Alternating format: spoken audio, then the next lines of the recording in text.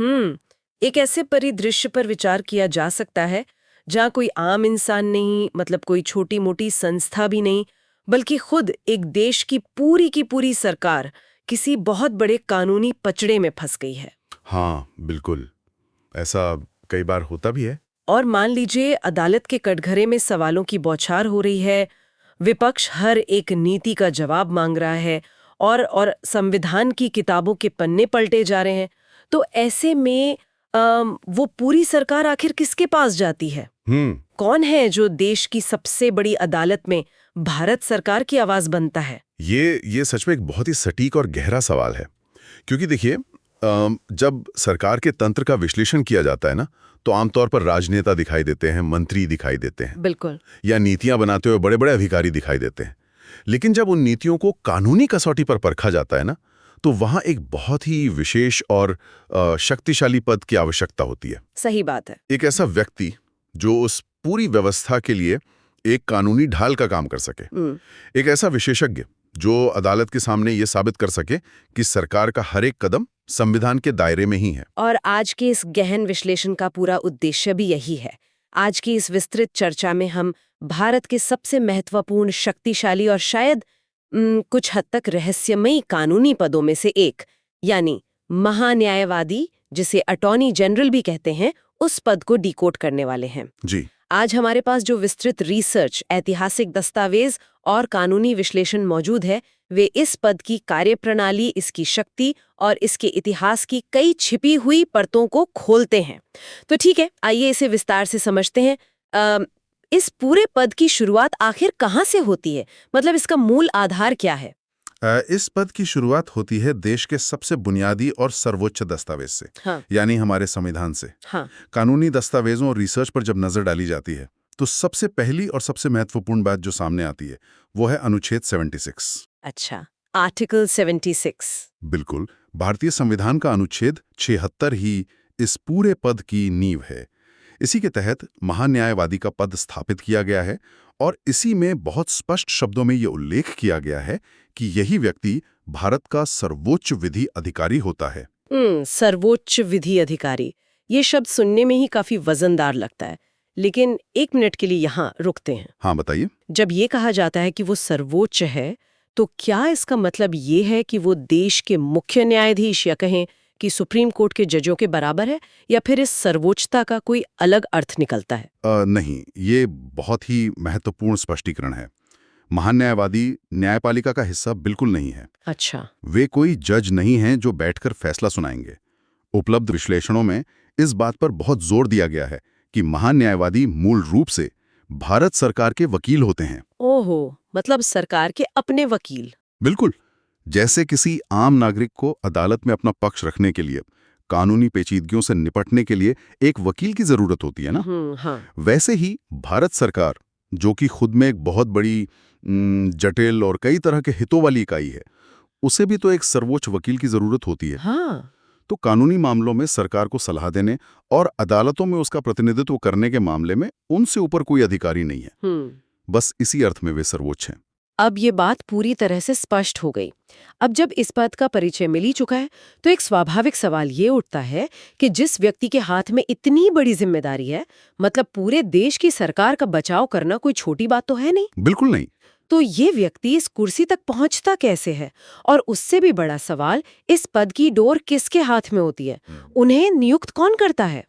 इस सवाल का जवाब संवैधानिक प्रावधानों में बहुत ही स्पष्ट रूप से दिया गया है, और वो जवाब है भारत के राष्ट्रपति। हाँ, राष्ट्रपति। जी।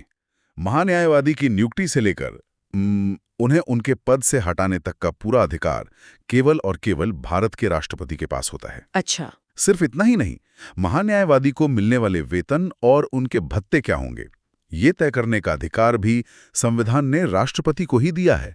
मतलब कोई अलग से वेतन आयोग या संसद इसे सीधे तौर पर तय नहीं करती।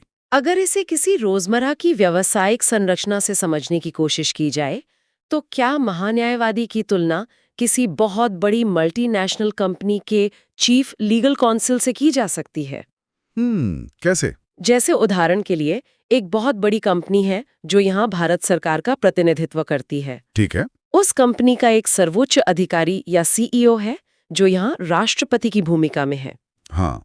अब उस सीईओ ने अपनी कंपनी को हर तरह के कानूनी खतरों से बचाने के लिए एक शीर्ष वकील को काम पर रखा है। हाँ, उस वकील की नियुक्ति भी सीधे सीईओ कर रहा है, और अगर वो वकील अपना काम ठीक से नहीं कर पाता तो उसे पद से हटाने का अधिकार भी सीधे उसी सीईओ के हाथ में है। और उस वकील का एकमात्र काम उस कंपनी यानी सरकार के हितों की रक्षा करना है। क्या ये ढांचा इस स्थिति पर सही बैठता है? हाँ, ये तुलना काफी हद तक इस पद की व्यावहारिक कार्यप्रणाली को बहुत ही सरलता से समझा देती है। लेकिन यहाँ जो बात सबसे दिलचस्प है वो ये है कि कानूनी ढांचे के भीतर एक बहुत ही विशिष्ट शब्दावली का प्रयोग किया जाता है वो क्या है? जो इस पद की प्रकृति को और भी जटिल बनाता है। वो शब्द है राष्ट्रपति के प्रसाद पर्यंत बने रहना। अंग्रेजी के कानूनी दस्तावेजों में इसे during the pleasure of the president कहा गया है। थोड़ा रुकिए, प्रसाद पर्यंत, ये सुनने में थोड़ा ऐसा लगता है जैसे किसी राजा की कृपा पर निर्भर होना। हाँ, कह सकते हैं। तो इसका असल कानूनी और संवैधानिक मतलब क्या है? क्या इसका सीधा सा मतलब ये है कि जब तक राष्ट्रपति यानी अप्रत्यक्ष रूप से सत्ताधारी सरकार चाहती है तब तक नौकरी पक्की है, और जिस दिन सरकार नाराज हुई उस दिन छुट्टी? तकनीकी और व्यावहारिक दोनों ही रूपों में इसका यही अर्थ है। प्रसाद पर्यंत का मतलब ये है कि महान्यायवादी का कोई तय कार्यकाल यानी फिक्स्ड टेन्योर नहीं होता। अच्छा, कोई फिक्स टाइम नहीं है? बिल्कुल नहीं। जैसे कई अन्य संवैधानिक पदों पर एक निश्चित समय सीमा होती है, जैसे चुनाव आयुक्त का 5 या 6 साल का कार्यकाल होता है, या जजों की एक निश्चित सेवानिवृत्ति आयु होती है। हाँ, सही कहा। लेकिन महान्यायवादी के मामले में ऐसा कोई फिक्स कार्यकाल नहीं है। जब तक राष्ट्रपति की इच्छा है तब तक वह व्यक्ति उस पद पर बना रहता है। और चूंकि संसदीय लोकतंत्र में राष्ट्रपति हमेशा मंत्रिपरिषद यानी कैबिनेट की सलाह पर ही काम करते हैं, तो इसका सीधा अर्थ यही है कि महान्यायवादी तब तक पद पर हैं जब तक मौजूदा सरकार चाहती है। अब यहाँ एक बहुत बड़ा विरोधाभास नजर आता है। वो कैसे? मतलब अगर कोई तय कार्यकाल ही नहीं है और सब कुछ सरकार की इच्छा पर निर्भर है, तो क्या ये व्यक्ति सिर्फ सरकार की हाँ में हाँ मिलाने वाला कठपुतली नहीं बन जाएगा? इसमें निष्पक्षता या स्वतंत्रता कहाँ बची? एक सर्वोच्च विधि अधिकारी से तो यह उम्मीद की जाती है कि वो बिना डरे सही कानूनी सलाह दे, लेकिन अगर उसे हर पल ये डर सताए कि सरकार उसे कभी भी हटा सकती है, तो वो निष्पक्ष कैसे रह सकता है? ये लोकतंत्र के सबसे गहरे और जटिल सवालों में से एक है। लेकिन यहाँ ये समझना बहुत जरूरी है कि श्रोताओं के लिए जानना दिलचस्प होगा कि महान्यायवादी की भूमिका को डिजाइन ही किस तरह से किया गया है। अच्छा, देखिए, महान्यायवादी कोई तटस्थ न्यायाधीश या कोई स्वतंत्र ऑडिटर नहीं है। संविधान निर्माताओं ने ये पद स्पष्ट रूप से सरकार के वकील के रूप में ही गढ़ा है। ओहो, मतलब उनका काम निष्पक्ष होना है ही नहीं? बिल्कुल नहीं। उनका काम निष्पक्ष होना नहीं है। उनका काम सरकार का बचाव करना और सरकार को बेहतरीन कानूनी सलाह देना है। ये पूरी तरह से एक पक्षपाती सलाहकार की भूमिका है। यही कारण है कि अक्सर जब केंद्र में सरकार बदलती है ना, तो मौजूदा महान्यायवादी खुद ही अपना इस्तीफा दे देते हैं ताकि नई सरकार अपनी पसंद का वकील नियुक्त कर सके। उनकी वफादारी और जवाबदेही उस सरकार के प्रति होती है जिसने उन्हें नियुक्त किया है। ये एक बहुत ही महत्वपूर्ण बिंदु है जिसे अक्सर नजरअंदाज कर दिया जाता है कि वो एक स्वतंत्र अंपायर नहीं है, बल्कि सरकार की टीम के सबसे मजबूत खिलाड़ी हैं। एकदम सही। खैर, अब जब ये स्पष्ट हो गया है कि महान्यायवादी सरकार का सबसे खास आदमी है, तो इस चर्चा के अगले और शायद सबसे ज्यादा अचंभित करने वाले हिस्से की तरफ बढ़ते हैं। हम बात कर रहे हैं देश की संसद की। हाँ, संसद। महान्यायवादी संसद में यानी कानून बनाने की सबसे बड़ी प्रक्रिया में कैसे हिस्सा लेते हैं, ये समझना बेहद दिलचस्प है। बिल्कुल। संवैधानिक दस्तावेजों में महान्यायवादी के संसदीय अधिकारों को बहुत ही प्रमुखता से रेखांकित किया गया है। महान्यायवादी को संसद के दोनों सदनों यानी लोकसभा और राज्यसभा की बैठकों में भाग लेने का पूरा अधिकार है। अच्छा, दोनों में बैठ सकते हैं? हाँ, वे वहां जा सकते हैं, कार्यवाही का हिस्सा बन सकते हैं। इतना ही नहीं, उन्हें सदन में बोलने का भी पूरा अधिकार है। वे किसी भी जटिल कानूनी मुद्दे पर या किसी नए बिल पर सरकार का पक्ष रख सकते हैं। अपनी विशेषज्ञता वहां बैठे सांसदों के साथ साझा कर सकते हैं। अब यहाँ बात सच में बहुत रोचक हो जाती है। एक तरफ तो उनके पास ये असीमित अधिकार सा प्रतीत होता है कि वो देश की सबसे बड़ी पंचायत यानी संसद में बैठ सकते हैं और अपनी आवाज बुलंद कर सकते हैं। हाँ। लेकिन दूसरी तरफ रिसर्च ये भी बताती है कि उनके पास कोई विधायी शक्ति नहीं है। मतलब वो सब कुछ कर सकते हैं, लेकिन जब सदन में किसी बिल पर मतदान की, वोटिंग की बारी आती है तो उन्हें वोट देने का कोई अधिकार नहीं है। बिल्कुल। ये तो बिल्कुल वैसा ही हुआ कि किसी बाहरी विशेषज्ञ को परिवार की एक बहुत ही महत्वपूर्ण मीटिंग में बुलाया जाए, उसकी राय भी बड़े ध्यान से सुनी जाए, लेकिन जब अंतिम फैसला लेने के लिए हाथ उठाने की बारी आए तो उसे कमरे से बाहर कर दिया जाए। ऐसा क्यों? ये व्यवस्था इतनी विरोधाभासी क्यों है? ये व्यवस्था ऊपर से देखने में विरोधाभासी लग सकती है, लेकिन असल में ये लोकतांत्रिक ढांचे के सबसे बुनियादी सिद्धांत पर टिकी है। इसे इस तरह से समझा जा सकता है कि महान्यायवादी एक असाधारण कानूनी सलाहकार हो सकते हैं, कानून के बहुत बड़े विद्वान हो सकते हैं, लेकिन वे जनता द्वारा चुने हुए प्रतिनिधि नहीं है। हाँ, ये तो है। वे किसी क्षेत्र से चुनाव जीतकर संसद नहीं पहुंचे हैं ना।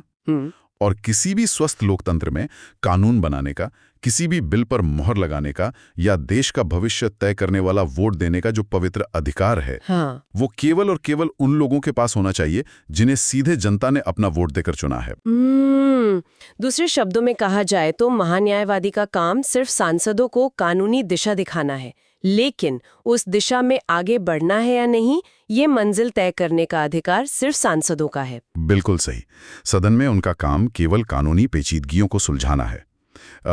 मान लीजिए सरकार एक नया और बहुत ही जटिल बिल पेश कर रही है। ठीक है। अब सांसदों के मन में ये सवाल उठ सकता है कि क्या ये बिल संविधान के किसी अन्य नियम का उल्लंघन तो नहीं करता, या क्या सुप्रीम कोर्ट इस बिल को बाद में खारिज तो नहीं कर देगा। हाँ, ऐसे सवाल तो उठते ही हैं। ऐसे समय में महान्यायवादी सदन में खड़े होकर स्पष्ट करते हैं कि इस बिल का कानूनी आधार क्या है और ये क्यों सुरक्षित है। उनकी राय से कानून बनाने की प्रक्रिया में बड़ी गलतियों को रोका जा सकता है। हाँ। इसलिए उन्हें बोलने का अधिकार तो है ताकि वे अपनी विशेषज्ञता साझा कर सकें, लेकिन वोट देने का अधिकार नहीं है क्योंकि वे जनता के प्रतिनिधि नहीं हैं।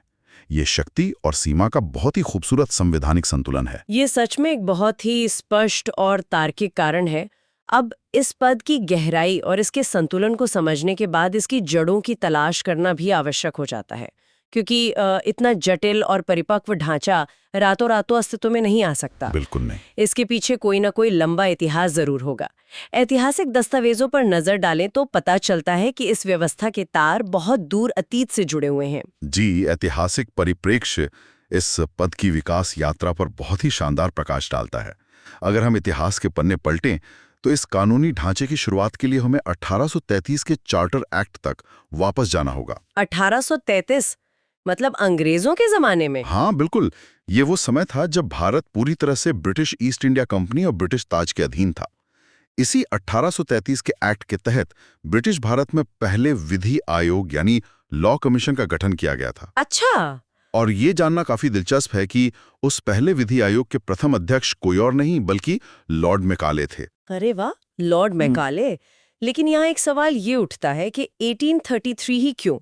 उस समय ऐसा क्या हो रहा था जिसने अंग्रेजों को भारत में एक विधि आयोग और ऐसे सर्वोच्च कानूनी अधिकारी की व्यवस्था बनाने पर मजबूर किया? क्या इसके पीछे कोई खास वजह थी? इसकी एक बहुत बड़ी रणनीतिक वजह थी। देखिए, 1833 तक आते आते ब्रिटिश ईस्ट इंडिया कंपनी सिर्फ एक व्यापारिक कंपनी नहीं रह गई थी। हाँ? वो भारत के एक बहुत बड़े हिस्से पर राज करने वाली सत्ता बन चुकी थी। हाँ, वो तो है। लेकिन सबसे बड़ी समस्या ये थी कि बॉम्बे, मद्रास और कलकत्ता जैसे अलग अलग प्रांतों में अलग अलग कानून चल रहे थे। तो शासन को मजबूत करने के लिए अंग्रेजों को सत्ता का केंद्रीकरण करना था, मतलब सेंट्रलाइजेशन करना था। बिल्कुल। और पूरे देश के लिए एक समान कानूनी ढांचा बनाना था।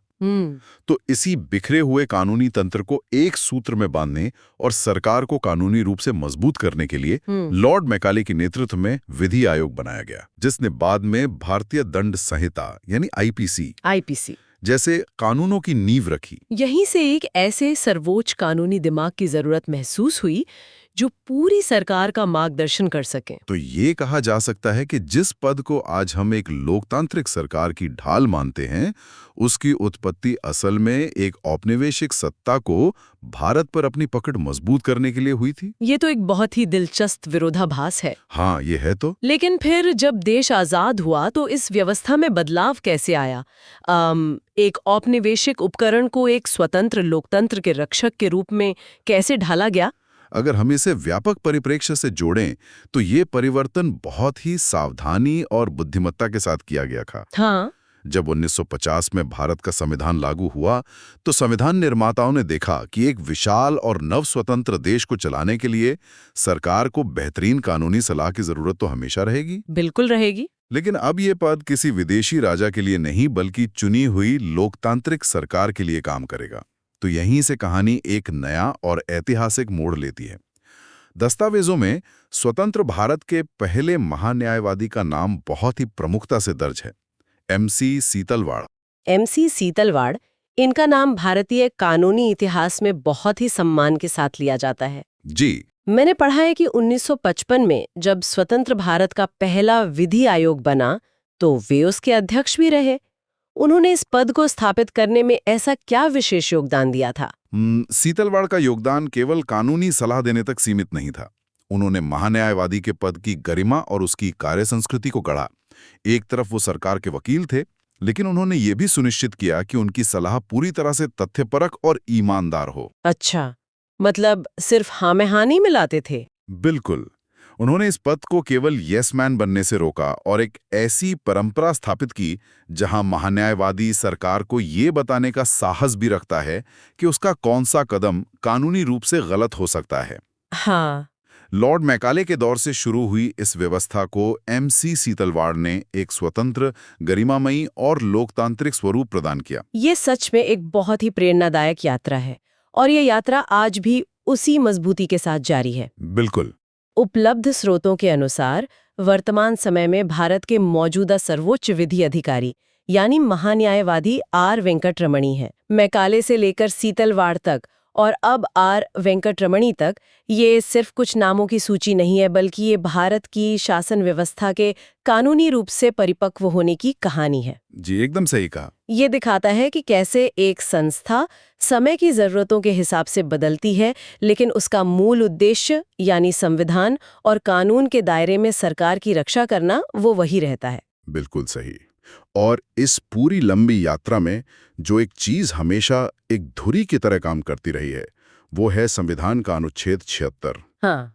और उसके द्वारा गढ़ी गई वो व्यवस्था जिसने इस पद को ताकत भी दी और साथ ही कुछ बहुत ही जरूरी सीमाएं भी तय की। तो इस सब का अर्थ क्या है? अगर आज के इस विस्तृत विश्लेषण को समेटा जाए तो हमने कई महत्वपूर्ण संवैधानिक और ऐतिहासिक परतों को खोला है। जी। हमने गहराई से समझा कि कैसे संविधान का अनुच्छेद 76 इस पद का सृजन करता है और इसे भारत सरकार का सर्वोच्च कानूनी सिपाही बनाता है। हमने उस जटिल व्यवस्था का भी विश्लेषण किया जहां महान्यायवादी का पूरा कार्यकाल राष्ट्रपति यानी असल में सरकार के प्रसाद पर्यंत निर्भर करता है, जिसका अर्थ है कि उनकी शक्ति के बावजूद उनकी कुर्सी हमेशा सरकार की इच्छा पर ही टिकी होती है।